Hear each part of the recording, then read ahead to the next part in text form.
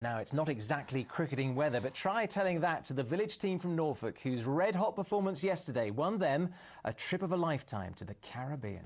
Last night, under the lights, Swardeston picked up the National Club 2020 Cup after two superb performances on the finals day at the Rose Bowl in Hampshire. Well, they arrived home in Norfolk today to a hero's welcome and also to Malcolm Robertson, almost as good as a prize to the Caribbean. Let's join Malcolm now and the players. The celebration's underway again, Robbo. They are indeed. This is the trophy they won, and these are the players who won it. Celebrating tonight. Now, you remember those pictures of Andrew Flintoff when he won or was involved in the Ashes win in 2005? Well, I think one or two of the Swardeston boys feel a bit like him today, but it was a marvellous achievement. This is a village club side. Tonight they're hosting a special dinner for young Norfolk cricketers, and really Swardeston hold a beacon for many other clubs in the way that you can develop from a very small, modest team, which they were a few years ago, into a side that's won a national title. The moment of triumph, Swardeston celebrating a famous victory, winning the national final of the Cockspur Club 2020 competition, a win that gives a real lift to cricket in East Anglia. This is where Swardeston normally play their cricket, the Common, very different of course to the Hampshire Rose Bowl, scene of last night's triumph, which was a fantastic achievement for a small Norfolk village. 900 teams entered the competition, and in the final they defeated South Northumberland by 11 runs, having earlier beaten Wimbledon in the semi-finals. Swardeston's home to about 600 people and lies 4 miles to the south of Norwich. Its claim to fame is that it was the birthplace of Edith Cavell, a nurse honoured for helping 200 Allied soldiers escape from German-occupied Belgium during the First World War, an act of humanity that resulted in her being executed in 1915.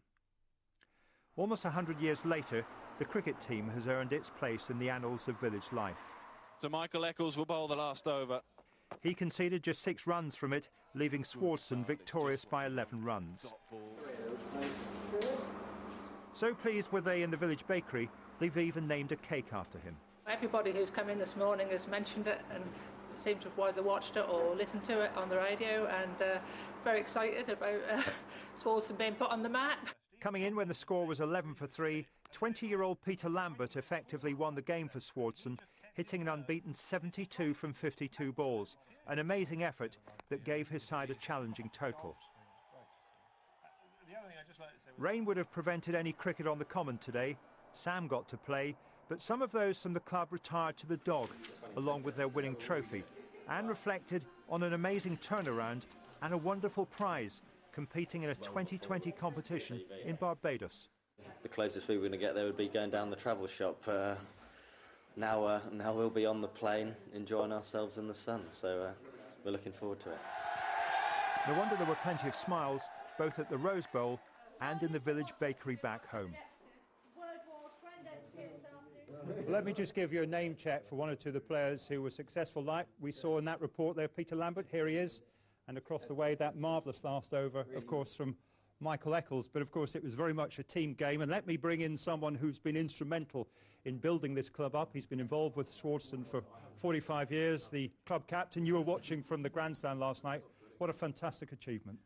Absolutely wonderful. And I really can't thank them all enough, because that was most probably my best sporting day of my life. And all these boys made it for me. Because you were pretty much the underdogs, weren't you? Yeah, we were the outsiders on the day. I think a few of the boys got 4 to 1 odds. South Northumberland were 11 to 8 favourites. But if I have to be honest with you, we won because we were a team, and they all fought for each other. We were down and out 2 or 3 times, but they still fought back. Now, they're all working lads. How many of them realistically will be able to go to the Caribbean, do you think?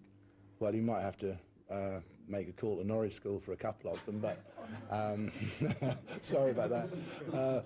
But it was very good that there are quite a few Norwich School, like there were 3 Norwich School boys in the team and 2 masters. So Norwich School were well represented on the day in the team.